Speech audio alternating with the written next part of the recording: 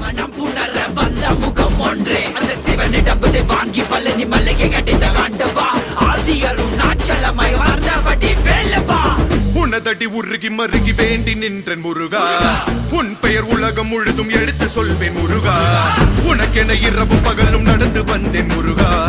பலவித துயரம் சுமந்து உடைத்து வந்தேன் முருகா நல்வழியினை நீ வழங்கிடு என் நிழலென நீ